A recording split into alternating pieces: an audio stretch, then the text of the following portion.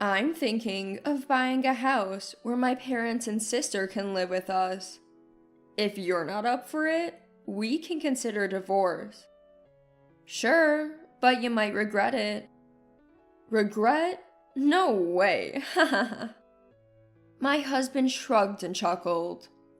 However, a month later, he would face an unimaginable crisis. My name is Amelia. I'm a 40-year-old office worker. I live with my husband Lucien and our 8-year-old daughter. Lucien and I have a pretty good relationship, and we're caring parents to our daughter. We've had open discussions about various topics. On weekends, we go out as a family, and there's a cheerful atmosphere at the dinner table. We have a dual income household, so our financial situation is relatively stable. We're not worried about the future. Life was good until an incident shattered the harmony between my husband and me. What? My mom collapsed? I got an emergency call from the hospital while at work. It was about Mom falling down. I left work early and rushed to the hospital. Mom! Oh, Amelia, you came. My mom was lying in the hospital bed. She had collapsed due to a sudden illness, but she was stable after emergency treatment. I was shocked to hear you collapsed. I'm sorry to have worried you. Mom is 70 and lives alone. Ever since my dad passed away a few years ago, I've been concerned for her. Now, it seems she would have to stay in the hospital. Is it a severe illness? No, they're going to run tests. I just collapsed suddenly. I see. I thought it might be safer for her in the hospital than being alone at home. I went home with these thoughts. Is your mom okay, Amelia? Yeah, she's stable for now, but she has to stay in the hospital. I see. My husband was preparing dinner with our daughter when I got home. He had considered leaving work early too, but I told him it wasn't necessary since Mom was stable. As we ate the dinner my husband prepared, I shared what was on my mind. I'm thinking of having Mom move in with us after she's discharged. What do you think? I couldn't decide this alone. I needed to consult my husband. Surprisingly, he agreed readily. I'm fine with it. It must be lonely for her, especially after this health scare. We should support her. Lucien. I was elated to hear my husband say that. I thought, I'm so glad to have a dependable husband during times like this. Our daughter also chimed in, praising him. Dad, you're so cool. After that, I went to visit Mom in the hospital and told her about it. Mom, why don't you come live with us after you get discharged? If something were to happen again, you'd be alone, and that worries me. We want to be there for you. No, I wouldn't want to be a burden. Don't worry about it. We don't think you're a burden. What does Lucien think? We talked about it yesterday, and Lucien agrees. Really? Yes. He said he wants to fully support you as a family, so you don't have to worry about anything. Amelia, thank you. That means a lot. Well then... But I'm sorry, I can't live with you. What? Why? I'm going to stay in this hospital from now on. What do you mean? What could have possibly happened? Do you have a serious illness? But she hasn't even been tested yet. Mom looked down when I asked.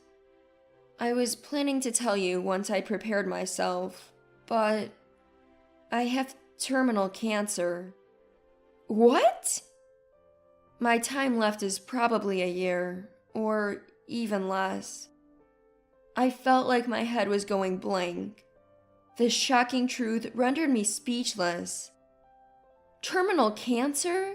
Just a little time left. I was stunned for a moment. Amelia. Sorry, Mom. I was just shocked. I never thought you'd have cancer. I'm sorry I didn't tell you sooner. I hadn't sorted out my feelings yet, so I thought I wouldn't be able to talk properly. No, it's okay. I understand you're going through the hardest part, but... Tears were streaming down my face as I spoke. Just imagining Mom passing away was unbearable. Amelia, thank you for offering to let me live with you. Just knowing that you and Lucien care about me so much makes me very happy. Mom? Mom was also shedding tears. After a moment of shared crying, we finally started to feel a little better. I'll come visit you every day. You don't have to go out of your way. No, I want to come. If you need anything, just let me know. All right, thank you. Then, after returning home, I broke the news to my husband that Mom had cancer.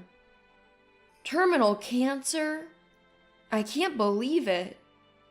My husband was also shocked to learn about my mom's condition, and he was incredibly considerate toward me. You don't have to worry about the chores while you visit Mom. I'll take care of as much as I can. Thank you. Because my husband was supportive, I was able to spend every evening with Mom at the hospital after work. On days off, my daughter and husband would join me, and Mom seemed so happy. I was incredibly thankful that my husband created an environment where I could cherish the limited time left with Mom. I continued to visit her regularly. However, day by day, Mom's condition worsened. Mom, are you okay? It's getting pretty tough, isn't it? Oh no. About the inheritance. Let's not talk about that. It'll only make things harder. But it's important. Please, let's discuss it. All right. Mom said this with an unusual seriousness, so I listened to what she had to say. What she told me about the inheritance left me in disbelief. Turns out, Mom had assets worth more than $2 million.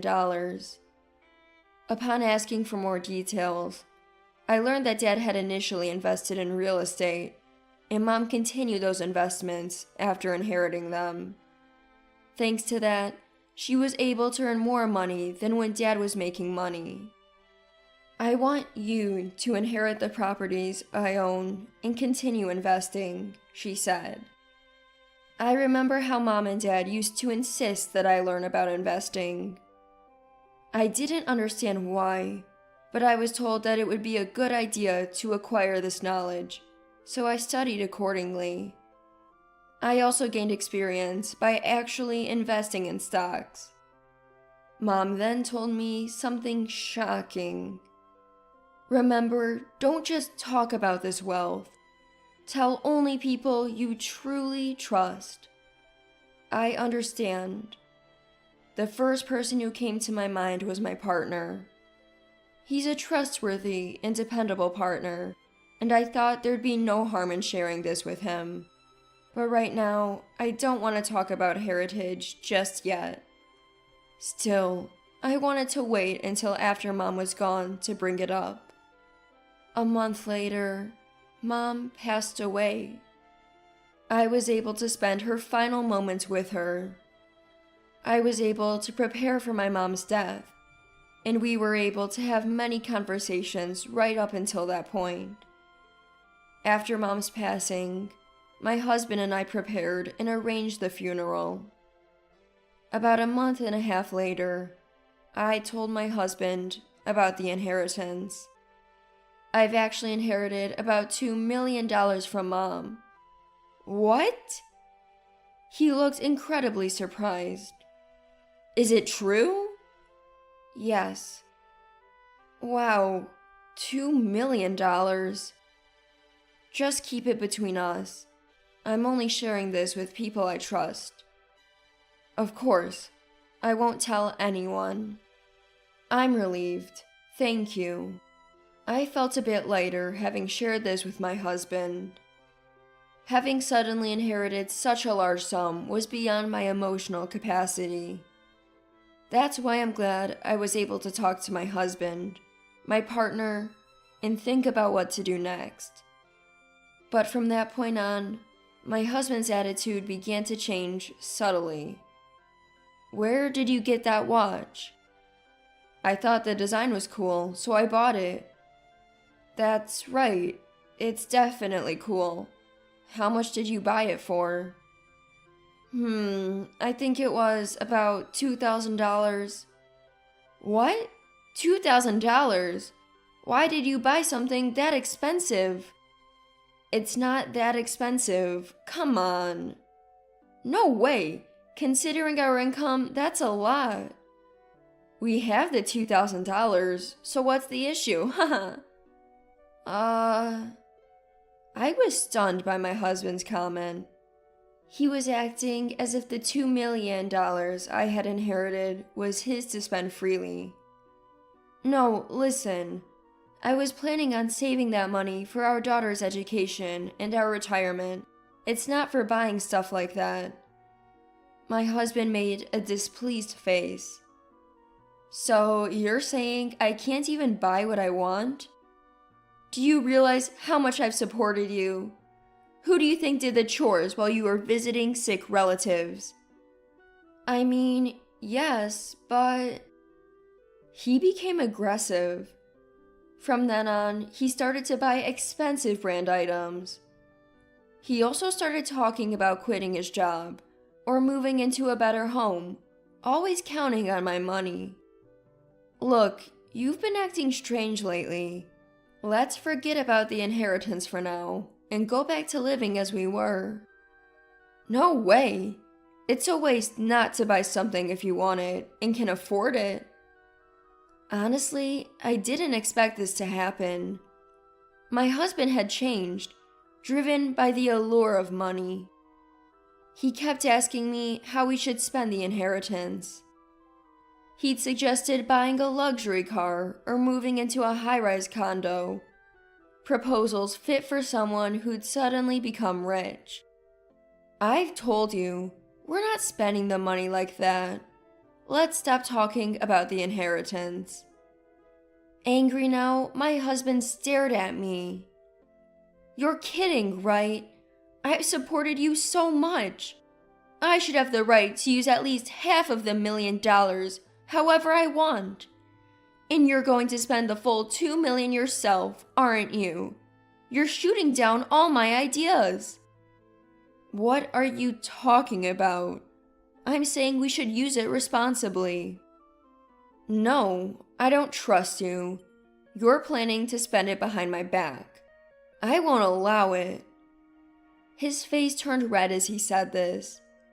Why did he change so much? We stopped talking after that. Then he took an unbelievable step. I bought a home to live in with my parents and sister. Wait, what did you say? I said I bought a new home. It's good for all three families. It's the best way to use the $2 million. Did you use my money? Yes. What the heck are you doing? I couldn't believe it. He had gone ahead and bought a house. If you don't like it, we can get a divorce. You'll lose the inheritance and lead a lonely, impoverished life. Ha ha ha ha. Smirking, my husband said this. Then a question popped into my mind. Could he really spend that much money without my approval? I doubted it. Whatever happened, it wouldn't turn out bad for me. You'll regret this. No way. My husband shrugged and laughed. But a month later, he would witness a terrible outcome. I asked him which construction company was building the house. It turned out that the company was run by his parents' friends. "So, you've decided to live in the new house with me, huh? Ha ha ha ha ha. Good initiative. Just don't defy me, okay?" My husband seems to misunderstand something, but I'll let it be for now. I quickly head to the construction company to talk to them. The manager shows me documents saying my husband and in-laws claim to have my power of attorney, but I've never signed such documents. This power of attorney is invalid because I didn't even know about the house purchase. A handwriting test will prove it. The man from the construction company goes pale. "I apologize for taking things forward so carelessly based on what your acquaintances said. We'll cancel it right away." Satisfied, I tell him to keep this cancellation a secret from my husband and in-laws. He agrees. Then, I secure a rental contract for a new condominium and serve my husband divorce papers. I can't continue our marriage. He looks surprised, but snickers. "Sure, you're okay giving up life in a $2 million home?" "Yes, I am. That house isn't even bought yet. I'll take custody of our daughter, and we won't split any assets, okay?" Smugly, he agrees. Fine by me. I've got a new house waiting. Glad the construction company kept the secret. My divorce went more smoothly than I had anticipated. I signed the divorce papers, had my husband do the same, and then left the house with my daughter. My daughter had liked my husband as her dad, but she had recently become afraid of him and kept her distance. So she seemed relieved when we moved out. Our new home is a clean, secure condo. It doesn't even cost that much in rent. Even though I inherited a large sum of money, I have no intention of changing our standard of living. That's how we've been living our everyday lives, instilling in my daughter a sense of normality. About a month after moving into our new place, I received an angry call from my ex-husband. "Hello? Hey, what the heck is going on? Why has the construction on the house been canceled?" "Oh, you just realized that, huh? When I explained what happened, my ex-husband was furious. "You've got to be kidding me. There's no way that's allowed. It's my house." "What are you talking about? You just put the house in my name because I have assets. At that point, it became my house. Besides, you forged my power of attorney, so the whole deal is off anyway." "You can't be serious. My parents have already moved out of their house and are staying in my current apartment. We all plan to move into the new house, so it wouldn't matter if things felt cramped for a while." "That's not my problem. You brought this on yourselves." "So, please, Amelia, can't we just pretend the divorce never happened?" "No way. I don't want to see your face ever again. Don't call me, and if I see you, I'll call the police. Oh, and by the way, I could legally come after you for buying the house without my consent, but I won't, as long as you and your family stay out of me and my daughter's lives." "That's harsh." My ex-husband seemed deeply shocked, but he agreed, probably because he didn't want to get sued. Later, I heard that my former in-laws had gone on a spending spree, buying up designer brands, and even lost money in stocks without any knowledge of what they were doing, racking up a huge debt.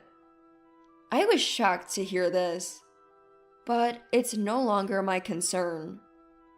I'm spending peaceful and calm days with my daughter. I plan to continue watching her grow and let her do whatever she wishes to do. That's what I intend to use my inherited money for, along with continuing my investments to grow my assets.